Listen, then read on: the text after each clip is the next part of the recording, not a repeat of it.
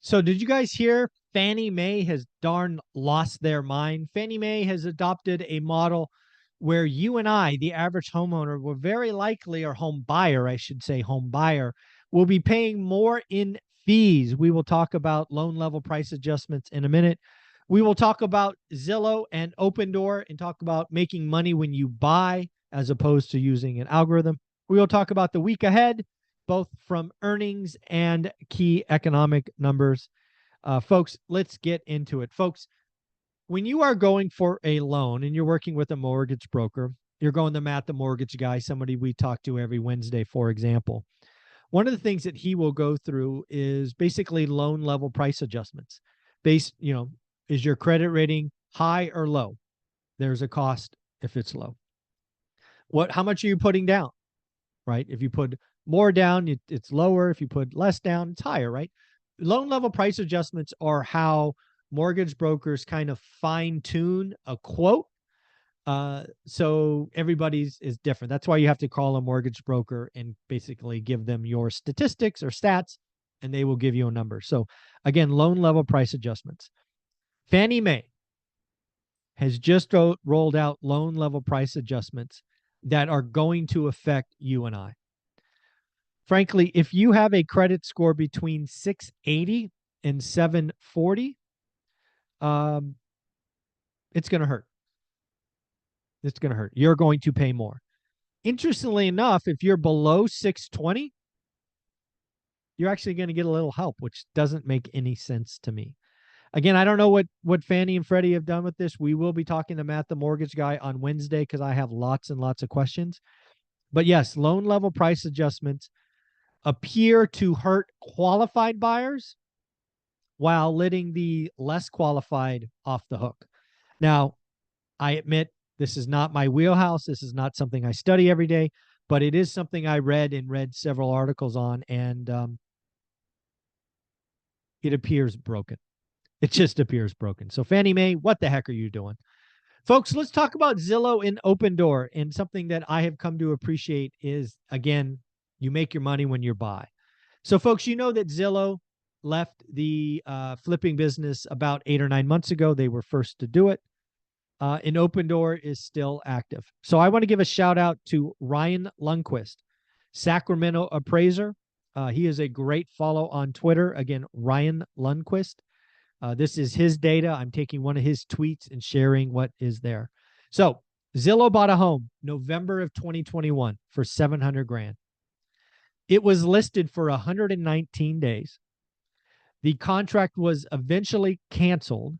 Listing was canceled at a low of 625, 624.9 to be specific.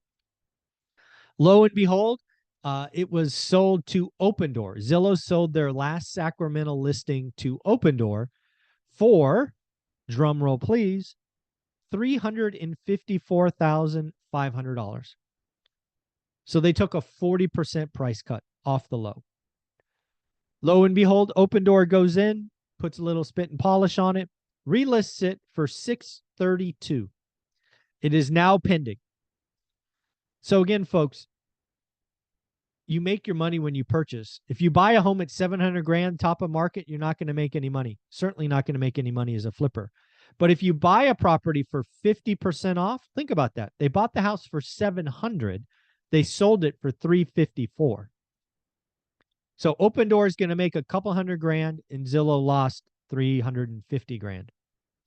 You make your money when you buy. This is why I keep telling you, don't listen to the crash nonsense. Do the work, figure out your buy box, only do great deals. At $700,000, it's a money loser. At $354,000, it's a winner. It's a grand slam. It's a layup. It's easy. So let's talk about what's coming next week from earnings and economic indicators. We'll do earnings first. It starts off Tuesday with General Electric, 3M, and Microsoft. Wednesday, we get Boeing, IBM, and ServiceNow. Thursday, we get Dow and Southwest Airlines. And then finally, Friday, we will get American Express. As far as economic data, we have Monday, leading economic indicators. Thursday, we get jobless claims. Q4 GDP, we get actually Q4 GDP. I think it's estimated to be in the 2% range or 2.5%. And we will get new home sales. We will get new home sales for December. Friday, we will get PCE, personal consumption expenditure, yet another inflation gauge. This one's important because it is what the Fed looks at.